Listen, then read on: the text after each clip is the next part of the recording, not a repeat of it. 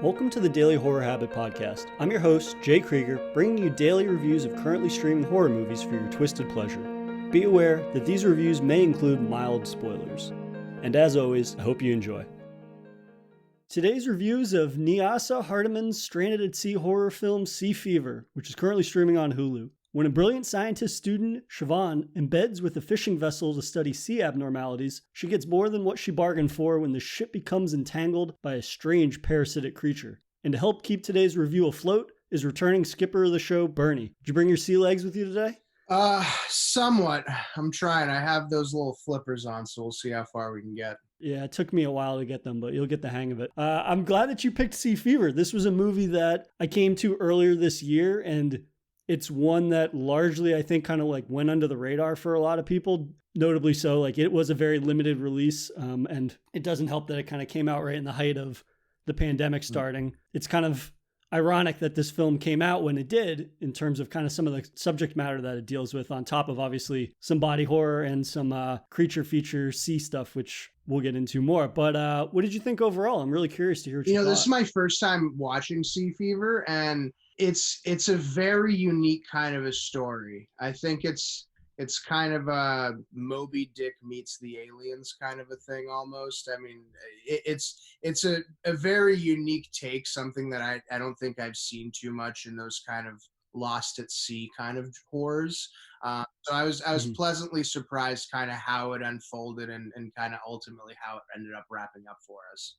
Yeah, I think the comparison that I make, and I saw a lot of people make online, was to like John Carpenter's The Thing, right? It's about a group of people that are trapped in one location, swap out to Antarctica for a boat in the middle of the ocean. That change in setting alone, obviously the film is much more, has a lot of differences to The Thing, but I think on kind of just like a surface level examination, it has those kind of parallels. But just an idea of being in the middle of the ocean, and especially the idea that nobody knows what part of the ocean you're in, because as we learn, like the boat itself, which is a shipping vessel, moves off of their coordinates and whatnot. And they end up in kind of like the exclusion zone where nobody's supposed to be. And so this idea that you're stranded out in the middle of the ocean, and even if you need help, help doesn't know where to look for you. And as we know, the ocean's a big, vast place. So that kind of just heightens the tension for me overall. And I think that that is one of the keys in which helps this movie kind of craft its own identity, even though, like you said, it's similar to Alien in a way. I think it does just enough that, sure, you could make those comparisons, but at the end of the day, it doesn't feel like it's necessarily drawing 100% inspiration or trying to copy those films, which I think a lot of people tend to lob at indie horror movies. People have a tendency to be like, oh, that's similar to Alien, that's similar to The Thing. It's just trying to be that movie, which I think you can attest is not the case with this. Right, yeah. I mean, it kind of carves out its own niche. I mean, again, like you said, there are certain kind of sprinkles of a lot of different types of horror movie classics that we've kind of all grown to love. But although I wouldn't say that this is necessarily a cult classic by any means, I don't think it will necessarily be like that in the future. I think this has a very interesting story that I don't think has been really told yet in that kind of way, you know? That's very true. I think that it does a lot of things well, but again, it is one of those films where I just see it being love it or hate it, because there are going to be like a general audience. I think if they went into this, they would probably have similar complaints to a lot of like quote unquote classic movies where you see glimpses of the monster, but then there's more to it than that. Like it's not, like earlier I described this as being part creature feature, and now that I think about it, that's not really true, because it's not a great deal of focus placed on top of the creatures, right? It's more kind of about the crew members coming together, and not only that, but it's kind of like what their lives were like before this event occurs, and then seeing how the event itself is, obviously it's terrifying in a lot of different ways and it's grotesque, but it's more about seeing how characters are coming into their all and kind of evolving. But in focusing on characters, what did you think of Siobhan herself? What did you think of her arc? Because where she begins and where her character ends up are two very different places. She's a very, I guess, kind of recluse person, right? It doesn't seem like she's very socially aware. She's kind of socially anxious around people. Not a big fan of cake, as we see in the first 2 minutes of the Apparently, movie. which that was one of the big takeaways of this movie for me, at least. But with her, I mean, you see there's a point in the movie, probably 20 or 30 minutes in, where the crew is eating together and she walks down presumably to work and eat on her own. And there's a very big discrepancy, it seems right off the bat, between the crew and her, where she Mhm. kind of isolates herself. But again, as you said, as the movie progresses, she starts to, it seems like, get more confidence talking to these guys, because she obviously is an expert that's able to help at least drive the narrative of the film. So uh, they being the castmates, as well as us, actually have a better understanding of what the hell is going on with this creature, right? But she becomes a very strong character at the end, and I think she makes decisions that otherwise I don't think most rational people wouldn't make those kind of decisions, but they're for the greater good. You even see that in the situations where she's forced to interact with other people. She is super socially awkward and doesn't really realize what the way that some people can take what she's saying. Like when she goes down to the engine room and she meets Omid, who is one of the maintenance guys on the boat, and he's revealing like this water filtration system, this elaborate system that he's created for the boat. And she realizes like, hey, this, because she doesn't have a lot of like pretentiousness to her, but the way that she carries herself, she's very like standoffish as it is, and she's not willing to engage and get to know people. But she never really carries her intelligence in a way that, because she is obviously very intelligent because of the program she's in and the background she has, it's never I'm smarter than these people or I'm looking down on these people. And yet that's how it comes across, right? When she meets Omid, who clearly has a vast intellect, and he reveals later, he's like, oh, I've just been waiting for the right moment to get a good job or to get a different job. Except she says that literally to him. She's like, why don't you have a better job?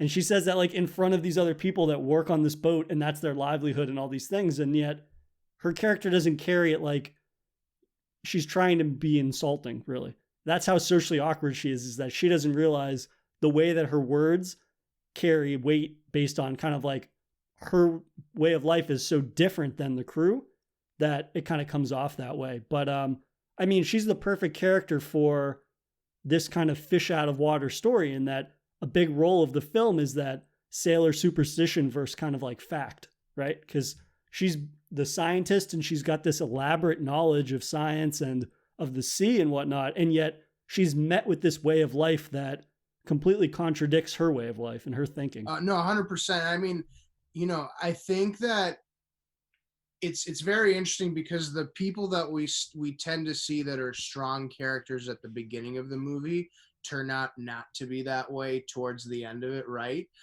So there's a bit of a 180 to that effect. And also to the director's credit, I love movies where you genuinely don't know where the storyline is going, right? I mean, there's a point where they start talking about sea fever at the beginning, and they make a mention to it. And I started kind of thinking about the last movie we talked about, Pandorum. So maybe this is going to center around somehow they get stranded and, they all start to go crazy and kind of turn on each other. Then there's a moment where they end up seeing a ship that's, right by them, but that looks basically deserted. And then I started getting kind of, I don't know if you've seen the movie Ghost Ship. Yes. Not the greatest movie, but the premise is Great opening sequence and then a whole lot of less than stellar moments. Putting it nicely. But so I was trying to figure out what in God's name was going on with this storyline, right? Is the ship gonna sink? What? And again, I don't think we had really much of an idea of what the real issue in this film was. Probably until the last 30-40 minutes. I mean, to the second half of the show, or excuse me, the second half of the movie. So the way that the storyline kind of unfolded, uh, that darker narrative that we didn't necessarily see as it comes to light, I think it makes the film that much more enjoyable, especially as the characters either falter or kind of step up to the plate. In that variation in terms of like the different directions that the story goes, again, it kind of comes back to the central theme of the movie for me, which was she's quite literally a fish out of water, right? she's all of on the mainland, her intellect gets her through the way of life that she knows. And then as a part of that education, and she's facilitating her learning by being embedded on this shipping vessel, or this fishing vessel rather, and she's there to report sea anomalies. And yet she's doing this because it's part of the field that she's an expert in, and yet she's embedded into a particular facet of that field of study that she has no idea how anything works. Like, and she is not anticipating that, because obviously you wouldn't if you're not part of that social group or that social context, where when she goes on to the bridge of the boat, she takes off her hat and she realizes she's a redhead. Right away, that becomes an issue, because redheads on boats, they have this superstition that it's bad luck. And we learned that the crew hasn't been catching a lot of fish lately, so they're very superstitious and on edge about that, like right from the jump. When we meet the captain and the two captains and owners of the ship, Gerard and Freya, like they have a little prayer early on before they leave, and they kiss a locket of a child that up until a certain point we assume is just back at the mainland, but then obviously we learn their fate. And it's just interesting to see a character who in any other situation on the mainland would have a 100% idea kind of like how to tackle things. And yet she's presented in this environment that she has no idea. And it kind of goes against everything that she's learned and all the things that make her an expert. So I like that contrast of seeing a fisherman's way of life and a fisherman's superstitions kind of like conflict with the science and the fact and whatnot. And it's just an interesting contrast that gives a lot of kind of texture to the relationships on the boat that otherwise it could have just been character A, character B, character C kind of thing. Whereas there's just more, there's more to the characters because they conflict so much just on a basic level. Almost. 100%. And I mean, again, I think there's no bigger contrast than Gerard, one of the captains of the ship, and Shaban, where, you know, it seems like, you know, throughout the film, he has somewhat of a distaste for her, or a disdain for her, right? And towards the end of the movie, she's basically she's the key to them surviving in some kind of circumstance, right? So, again, to that point, the contrast is incredibly vivid and there for people to see. But the leverage on how characters are evolving, it turns completely by the end of that movie. Yeah, and I think that dedication to crafting these different characters and giving them at least enough of a backstory that they stand out from being kind of like stock characters, right? They're, like I said, it's not kind of like character stock 1, 2, and 3. And so I think that focusing on characters and how they interact with one another, and they, before they even take off, like there's conflict there, right? Because again, not only their way of life, but also the fact that like the superstition has them at odds with Siobhan. And so once we get to the part where they start actually kind of like encountering actual issues out on the water, and they're actually in this like very claustrophobic setting, you're in a boat, you can't go anywhere. It kind of just, it keeps boiling up the tension in the atmosphere until it spills over, which is when the boat gets stopped mysteriously by these kind of like tentacles that come out from the depths of the ocean and grab the boat and keep it there. What did you think of some of the, I hesitate to call them creature moments because there aren't really, it's not really how it's portrayed. Like there's no real monster that gets onto the boat in a traditional sense. What did you think though of the way they incorporate kind of the isolation of the ocean, the claustrophobia of the boat, and then this parasitic threat that enraptures the boat? When there's an initial moment where they're looking at some kind of a sonar or radar, right? The captains, Gerard and Freya, and it looks like they hit almost like a sea bank or a sea bed. But when you get a look from Shaban as she's looking down into the ocean, it doesn't look like there's any kind of a change in the water. So, you know, I feel like you'd be able to kind of see it at that level, right? So then the intrigue kind of goes to, is, you know, since they're in that exclusion zone area, was this something paranormal? Is this actually happening? Is this sea fever of some sort setting in through one character and we're watching it through that lens? As we started to learn, they go down into the bottom of the ship, and they start to see the wood is turning texture almost, right? Then that's where I started thinking that, again, it was something more of a creature than it was paranormal or anything like that. Just something different in its entirety from what we know of. But as soon as she jumps into the water and she starts to see those tentacle like things kind of hanging off the boat, um, then I was starting to again kind of look, my mindset was more of one of these like Moby Dick kind of movies where this monster is going to take the ship down and it's going to be a survival movie. So again, it gives off enough tension where you understand obviously there's a very big issue that the crew has to take care of, but I still at that point didn't exactly know where this movie was going to go. Yeah, I think something I really appreciated on a rewatch was the ambiguity of what the actual creature is, because there's that simple explanation that Jared gives where he's like, "Oh, it's a squid," and then Siobhan goes, "Oh, well, no, it's much bigger than any squid that's ever been reported," and he's like, "Oh, it's a rare squid." So there's this kind of doubt, and there's no clear answer whether this is a species of something that just hasn't been discovered yet because of kind of the area of the ocean they're in or the depth that the creature was residing in, and they kind of like woke it up a little bit by kicking up the wake or whatnot? Or is this some type of cosmic parasite that's come from the bowels of the ocean? And I appreciate the fact that it's never explained because, again, it makes it more terrifying. I think if we got a definitive answer, it would affect it to a certain degree. Like it's not going to affect the purpose that it serves in the film and how it affects the movie. But I think that explaining it, and this is kind of like one of my hills that I'm always willing to die on with horror movies, is that if you explain something outright, it's ultimately for me it's less scary because I have a definitive answer for something. Whereas if my mind is trying to decide whether it's this or that explanation, it kind of just leaves it open to more interpretation, and then my brain kind of like starts formulating even worse ideas of what it could be and things like that. So that sort of confusion or a lack of clear-cut answers for me, I think really works in a movie like this that goes in so many different directions, like you said. The other thing was there was a moment, and I had to rewind it because I wasn't sure exactly what we were seeing. So, in the reason apparently, or one of the reasons why boats can't go into the so-called exclusion zone is apparently that's where whales and sperm whales and things of that nature mate and have children. Um, right? So there's a scene where after that, squid-like creature has kind of gotten hold of the ship.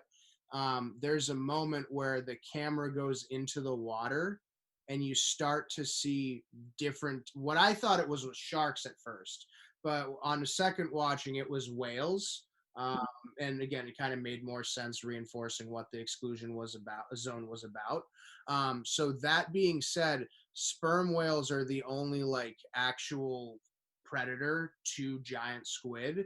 So it would make sense that then that was a form of a giant squid, right? That maybe we just don't know of yet.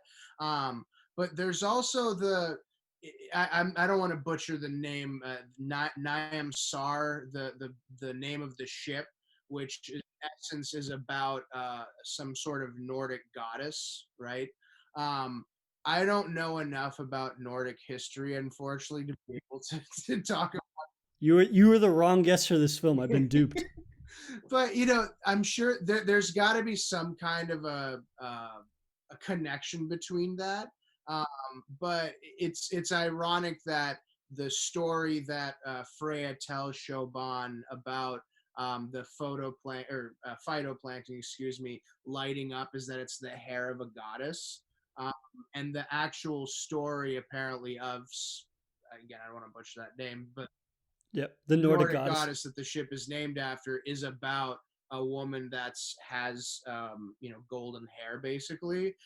So there is some kind of a tie-in between Shoban, that Nordic goddess, and then this creature and kind of the situation that's going on in that sense. Yeah, so I really enjoy that aspect overall of the film. And I think that it's something that a lot of people could overlook. And yet, it's one of those things that kind of gives this movie its own unique flavor or texture, rather, in that it is very much wrapped up in sailor superstition in a way that is, I would say, they're two completely different films. I'm not trying to compare the films, but like this and The Lighthouse, Robert Eggers' The Lighthouse, both of those movies are based around maritime folklore in a certain way. And even though you might not recognize the certain things that they're referencing in the movies, ultimately it's all wrapped up into the events that are happening, both in subtly and not so subtle ways. And I think that that's one of those little things that kind of just, it makes a film's world so much richer, and it makes it feel, it's one of those things that it's what separates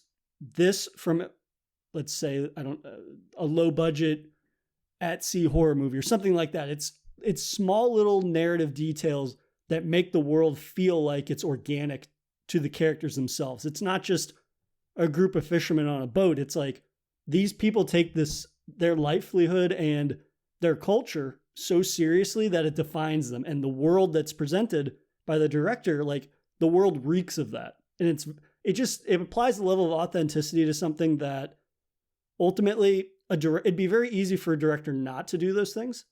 And the fact that the director takes the time to do that, I think it just complements the overall atmosphere and everything that unfolds within the film. This is a small little line, and I don't think it made too much of an impact on the movie as a whole, but it just, to your point of like the authenticity of the narrative structure was, I think it was Gerard and Shaban were talking with Freya, and one of either Freya or Gerard mentioned that fishermen don't know how to swim because we want to make drowning long. I don't know why, but that stuck with me for that movie. It didn't have anything again to do with necessarily the outcome of the movie, but just on the authenticity front of like, these guys are fish. This is their job. This is their livelihood, like you said, and they have a genuine perspective. It seems like that's very much in contrast with what Shaban is like. Again, towards the end of the movie, again, it's ironic how that ends up changing as well. But again, Yeah. just to reinforce your point, the director really does a good job of those small little nuances and tidbits here and there, just to kind of beef up the authenticity of the movie as a whole. Yeah, and to piggyback off that, I mean, that's another thing that puts Siobhan at odds with the rest of the crew, right? What is she? What's one of the first things she does when she gets there? She goes for a dive into the water, and the rest of the people on the boat can't swim apparently. So it is one of those things that, again, it seems very inconsequential, but when through discussing this and kind of thinking about the film as a whole, all of these little parts that seem innocuous really complement one another. And again, like I said, it makes for just a richer film and a more, like the word that we both used, authentic world, in a way that would be very easy not to do. And yet taking the extra effort and the extra time to develop it with that in mind, I think really does a lot to complement all of those little pieces. But let's get into some of the scares or gory moments, if you will. But I was so pleased to find out that this movie dabbles in body horror, which is one of my favorite kind of subgenres of horror. I don't know what that says about me, but how well do you think that that worked within the context of the entire film? I mean, so again, I don't think we had any clue of what exactly was going on up until that moment with Johnny when his eyes blow out, right? Which phenomenal job in terms of like a scare, but holy shit, I was not prepared for that just on the movie front. I was definitely rubbing my eyes throughout the rest of that movie. But again, to go back just before that, Shaban, Gerard, and I believe was it Johnny or Omid that went onto the ship? I think it was Johnny then. Yeah, it was They Johnny. they go on to this seemingly, not a Derelict derelict vessel. vessel. Thank you. And they go down into the lower level area, and they find what seems to be the remnants of the crew there, and people have their eyes, what we thought was gouged out. I mean, they're just whole different ways of dead, right? So that's where in that level of storyline, I thought this was again going towards crew members attack one another. One of them went crazy. when we get that introduction of this is through that squid, right? In some kind of way, it secretes some kind of goo that has those parasites that ultimately, end up killing you in one way or another. It produced a different level, I felt, of horror, because you start to think back about how many times people were touching the wood, and there's like goo on their shoe that's being left all around the ship. How you're touching things on a ladder. So, just my hypochondriac self, I've, evaluated every possible way that they could have gotten infected. So again, it just, the there isn't much of a, I think, you know musical score in this that helps to heighten those darker scenes. It really is more of the realization, as viewers and as the crew members understand, that they're not just in a problem now where the ship is in trouble, but their physical lives are in danger. And especially after that Johnny situation, they're all pretty. It's interesting you mentioned like your hypochondriac kind of sensibilities kicking in with this movie, because I found that I was contact tracing for them. Because, like you said, if I saw one of them touch the goo, like when they first see one of the tentacles that starts, it's not really eating, it's more disintegrating through the hull of the boat. And Siobhan like sticks her fingers in there and starts like looking at the goo and rubbing it on her hands. And then I'm like, oh shit. Like, think about all the different things that she touched, from getting from the point of contamination or contact to like a sink or something like that. And just thinking about all of the different things in between that she touched was like driving me insane, because of course you don't realize at first like what is happening, but then you start to piece it together like, oh, there are these, I don't know how to I guess I would say that they're like razor sharp organisms that will get into they'll either get through your skin or they'll get through your eyes. And then they kind of, what was the word? They incubate inside of you, and they can incubate up to 36 hours, but then one way or another, they're coming out. And the way that they choose to come out a majority of the time is that they blow out your eyes, and then your eyes explode and you bleed to death. Or in Sudi's case, and Sudi's death is one of the, it's not necessarily his death scene. It's more about what leads to his death, where he gets into they've realized that these organisms have gotten into the water supply. And then he gets into the shower and he's like sticking his face up and the faucet is dripping. All the water's running all over his face. And then they finally get the door open and he's covered in 1,001 cuts and they won't stop bleeding. And he ends up bleeding to death. Like, just little moments like that are such nauseating, like moments of body horror. This idea that the next time I took a shower, I was just like, oh shit. Like, if it was happening to me, and it never would, but if it had just happened to me, I'd already be dead, because there's nothing you can do about it. And you're walking around on borrowed time at that point. And that's one of those things that I think is really at the core of what scares me the most about body horror. It's not just that his eyes got blown out or that he got these cuts that he bled to death. It's the idea that once you get essentially infected, it's a wrap.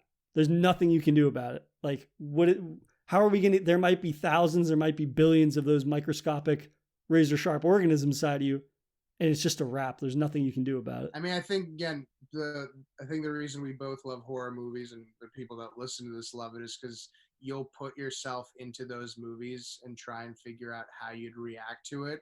Whether it's, again, you're watching Alien and a face sucker just hits you and you're waking up realizing, okay, I got, 7 minutes until that thing pops out. Or you're in this and you're trying to figure out when Siobhan is underwater and she's trying to get those tentacle things off the ship. What the hell would you think if you're doing that and then you're starting to realize that this is a creature of some sort and there's tentacles that are coming towards you as well? I mean, I had a minor panic attack just on that thought alone in that movie. That's one of those scenes that bugged me out. And I mean, we talked about this when we did 47 Meters Down. We have a shared fear of kind of the blackness of the ocean, right? This idea that you can only see a certain distance and then it's just black and it's unknown. And either a shark, or it could be a school of fish swimming at you, it could be a shark, it could be a tentacle Cthulhu monster for all you know. These types of things where chances are whatever it's holding back is something that you've seen before, but there's that there's that like lingering thought in the back of your head where you're like, literally anything could come out of that darkness. And for me, that scares the fuck out of me. But yeah, exactly. But after those two characters' death, Johnny and Sudi, the film shifts in a lot of ways. It moves away from focusing on the creature and the organisms in a sense. Like we don't get many of those body horror moments. That's probably one of my few complaints about the film, is that I wish we'd had more instances like that, or we had had more creative moments that didn't necessarily kill a character. Maybe it just maims them and we get some other horrifying moment. But I really like that the film shifts to more about focusing on quarantining and kind of like paranoia and fear, which, I mean, it's ironic that you picked this movie since we've been in quarantine now for almost 6 months. But in the end, like the real killer is isolation and paranoia and fear. What did you think of kind of the role of responsibility that plays into this for each of the characters? I mean, I think each of them has their own way of handling the stresses that are involved, right? Kira, for instance, is fresh off of seeing her son die, and she's paranoid that maybe Shaban had a hand in it, or It's that redhead, man. Can't trust him. don't disagree with you on that, but you're in that kind of a state of shock. For her case, her son's dead, and you're stranded in the middle of the ocean. It seems like, who knows how you're going to react? Obviously, she didn't have the most productive way of reacting, but at that point too, with Gerard and Freya, you obviously see that they have an immense love for each other, but they've also unfortunately been through a lot. So it was satisfying for me in terms of their character arc that Freya essentially killed Gerard. I think that's how it was, right? Or maybe he. I mean, either she killed him or he killed It himself. was ambiguous to that effect, but they were together when he Right. died. They were together, right? So that's at least nice, but it's a I guess a pleasant way of dying in these kind of movies for those guys. But Better than getting your eyes blown out. yeah, definitely a lot higher on the list than that. But there's still a lot to be desired, left to be desired, in my opinion. Because when you have those last 5 characters, 5, 6 characters, you start to see, as you say, the people that are kind of going a little bit crazier in quarantine versus Siobhan and Omid, who are relatively cognizant and trying to be productive in the actions that they're doing.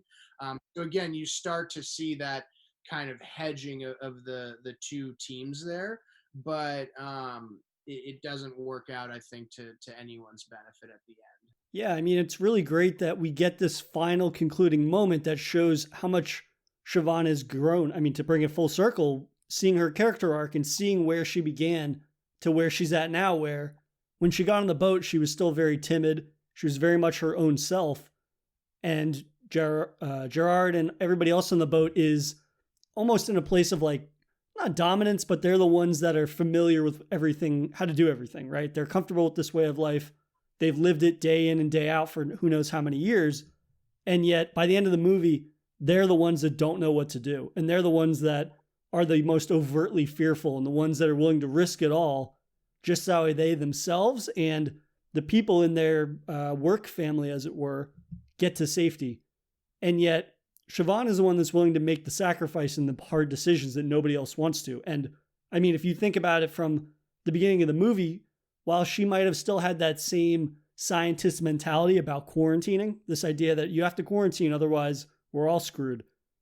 I don't know if she necessarily would have been able to make that hard decision had she not endured what she endures throughout the entire course of the movie. I'd say that's one of those things that I think really complements her growth. And it's not that, I mean, how many times have we seen the character in the beginning who's like a little mouse, and then in the end, the movie, they're the ones that are killing everybody and saving the day. It's not her she is saving the day, but it's more about her character accepting that she has to make a sacrifice, like the ultimate sacrifice. It's not that she's just this ultimate warrior, kind of generic ultimate warrior that's able to kill the alien or the beast or whatever. It's more about her stepping up and taking responsibility, and yet the entire kind of journey she's been on is what enables her to be able to, for lack of a better word, like mature to that point. Right, and I think the theme of this movie is kind of selflessness versus selfishness. The reason that the boat and the crew is in that situation is because Gerard chose to go through the exclusion zone, from my recollection, in order for them to maximize the catch that they had made, so they could make some extra money, right? um, at the end, when it's just Omid, Freya, and Shaban, Freya goes off on her own and says, "We'll split up, and one of us will make it." And it's like, you're just being selfish at that point. You like, she might be sick technically, we don't know, but she kind of goes off on her own, and we don't yeah, Freya, and we don't necessarily know how she ends up. And again, Shaban and Omid, Shaban jumps into the water to save Omid, right? Uh, Brings him back up because he can't swim, make sure he's in there, and then when she realizes that she's infected, like you said, she makes the ultimate sacrifice and kills herself in essence, right? And at the very end of the movie, you see a ship apparently kind of on the horizon that hopefully ends up saving Amid. And again, we don't know the ending of Freya's kind of journey, but that, I think, is kind of the end result of people that are selfish versus selfless, and that people that are selfless, hopefully, something positive will end up happening, which, conversely, if you're selfish, there's a lot less chances of that happening in these kind of situations. Yeah, and I think the ambiguity of the ending really resonates just because we assume that Freya and Omid are both being saved. We don't know for certain that either of them are not infected, right? That's left up, that's ambiguous. We don't know. And Freya might die at sea. Maybe she's about to get picked up by that boat as well. And it kind of, I mean, it resonates more with me because the film came out during COVID, and this idea that like the efforts of the few, or I don't know if it's, you can justify the amount of people that are doing what they're supposed to be doing and then the people that aren't doing what they're supposed to be doing. How, if you're going to take advantage of the fact that some people are taking responsibility and doing what they have to do, and yet there's still people that are out fucking about and making it worse, then you're kind of not taking responsibility in the long run. You're fucking over all those people that have been doing what they're supposed to be doing.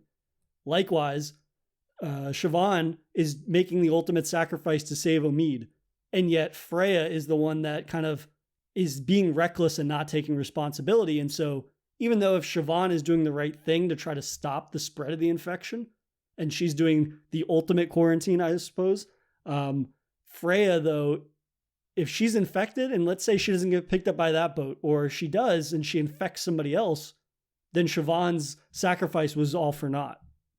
I mean, I love how you said that that Siobhan made the ultimate quarantine. One way of putting it, yeah. I mean, A never-ending one, at least. I will say again, I really enjoy this movie. I think that the ambiguity is good, but at least personally speaking, I would have rather there be a more definitive, outcome, in that, we know that Freya died, or we know that, excuse me, Omid got picked up, and maybe at the end we see, one of those pathogens in his eyes or something like that as the credits roll. And I mean, we've had movies like that before, I guess, so that's not necessarily a unique ending. But depending on how they want to go, if there is a Sea Fever, sequel to this or anything like that, I think they could have either wrapped this up a little bit better, or actually more definitive, or they could have done more to leave it open for that kind of next round of movies. So you want Sea Fever 2, Seasickness, or something like that? By the way, I would pay money for that movie right there. I mean, I think That's a free idea right there. No big deal. I think that there's enough of a story arc here to warrant one, as long as it was done in a, and I think in an acceptable way. I don't think it necessarily has to be on the sea, but if this somehow gets ashore, then how again they go about quarantining people, and if Shaban makes an appearance or something like that. But on a serious note, I mean, again, I think that the if this is a standalone movie, I think the director did a really good job. And again, there's enough ambiguity for us to fill in the blanks at the end. But just because I'm I'm a selfish person, I guess, not selfless. I would have rather had more of a definitive answer towards. Well, you want the virus to go on land, so it sounds like you want, I don't know, like 28 tentacles later I or mean, something. be a bad idea. So I think we differ a little bit there. I like that this is a one and done. We don't get a definitive ending in terms of Omid and Freya's story, but we do get a definitive ending with Siobhan's story because there's no way she's going all the way down there and she's not going to drown and die. But it is a bittersweet send off. But I think it works really well for her character in that it's a bleak death because she's dying, obviously, and she's drowning, which is probably the most painful way to die. Um, but this idea that her entire life was dedicated, entire life, she's probably like in her 20s, but her life was dedicated to science and the sea and uncovering the unknown. And in dying like the way that she does, she gets to see and make a discovery that nobody else has. And it's kind of, it's again, it's a bleak death and it's unfortunate, but at the same time, it's bittersweet because she is the one that is dying not only the way she wants to, she's not getting her eyes blown out, which actually is probably more painful than drowning, I would assume. But the idea again that, not to compare deaths too much, but this idea that again, her life is dedicated to this thing. And while this thing is killing her, that she's dedicated her life to, it is somewhat fitting in terms of just her character arc being full circle. 100%. And what you just said at the ending there can be applied in theory to the next movie that we're going to be talking about. So sit on that for Europa Report. Okay. But no, I mean, I will say the last thing about Sea Fever is that again, I think a lot of movies like this that are underrated or go under the radar have relatively really good performances from the actors. I really like these actors. There wasn't a feeling at all ever where this was some kind of, a B-level movie in that regard. I thought each of them kind of, I guess for lack of a better word, they brought the kind of pizzazz that I'm looking for in this kind of movie. But just I think that helped move forward the narrative in a good and kind of wholesome way. Yeah, and I mean, especially Siobhan, who's played by Hermione Corfield, she did a fantastic job, and especially for her character being such a loner and such not a recluse, but just being a loner and not engaging with a lot of people. I feel like you learn a lot about her character just from the things that she does. And then the more that she comes into being more of an open person that forms a relationship with these people, because I think one of my favorite shots in the movie is when she finally joins them for dinner. Of course, it ends with Johnny getting his eyes blown out, but it's the first time that she's kind of assimilating into a group of people. And even when she's not talking to them, she kind of like does a quick glance at everybody and then smiles. And it's one of the rare instances, probably in her entire life, where she's found a sense of family of some sort with more than her biological family. And it's just such a sweet moment that when I'm thinking about her death, again, she was able to achieve something not only in terms of just like saving other people, but she was able to find some semblance of a happiness that largely was not a part of her life. I couldn't agree with that more, man. Again, the way that she plays that character and the emotional kind of roller coaster she has to go through to develop into that, kind of calm yet, good demeanored kind of character at the end. Again, it just speaks volumes for how Hermione was able to kind of portray it in that way. Absolutely. Were there any other scenes that we kind of passed over that stood out to you? No, not really. The only other thing I kind of would have thought of is, would you jump into the water if you saw like a squid or something like that, or sperm whales or orcas or anything like that in the water? Fuck no. Those fishermen better learn how to swim because my ass is not going down there. I love how when she goes, this genius fisherman captain, he's like, yeah, jump in the water, and he gives her like a steak knife or a shucking knife, and he's like, you can cut all the tentacles of the barnacles off of there. And I was just like, okay, if the boat's not moving, it's gonna take her like hours to do that. Fuck no, I would never jump in the ocean like that, especially if I'm by myself. Would you? I mean, if I knew that there was an animal making the ship not move, absolutely not. No, I'd rather. That's a big no for me, But dog. I would say this: I would, quick flex here. I have swam with nurse sharks when I was like 8 or 9 years old, off the coast of Florida. But yeah, real quick flex. Didn't get COVID that time either, thankfully. And the most important thing that I learned from that was that I have no interest in being in the water around animals that I think can kill me. So no matter how friendly a whale is or a squid is or anything like that, I have no interest in, oh my God, there's a funny little fat meal for me. Like I don't want to be in that. So no, I'm right there with you on that. Well, on that note, I'm glad to hear that neither one of us will ever be shark food or seal food It's or not. whale food. Knock on wood for that. But I appreciate having the opportunity to chat about Sea Fever. Again, like I said, it's a movie that I think is very easy for a lot of like general audiences to kind of dismiss because people throw out that comparison to movies such as Alien or The Thing. And I think on like, again, a surface level kind of examination, it's easy to make those comparisons. And I mean, even myself, I would make some of those comparisons to key moments, but the film itself does such a good job of defining its own. Again, we talked a lot about authenticity.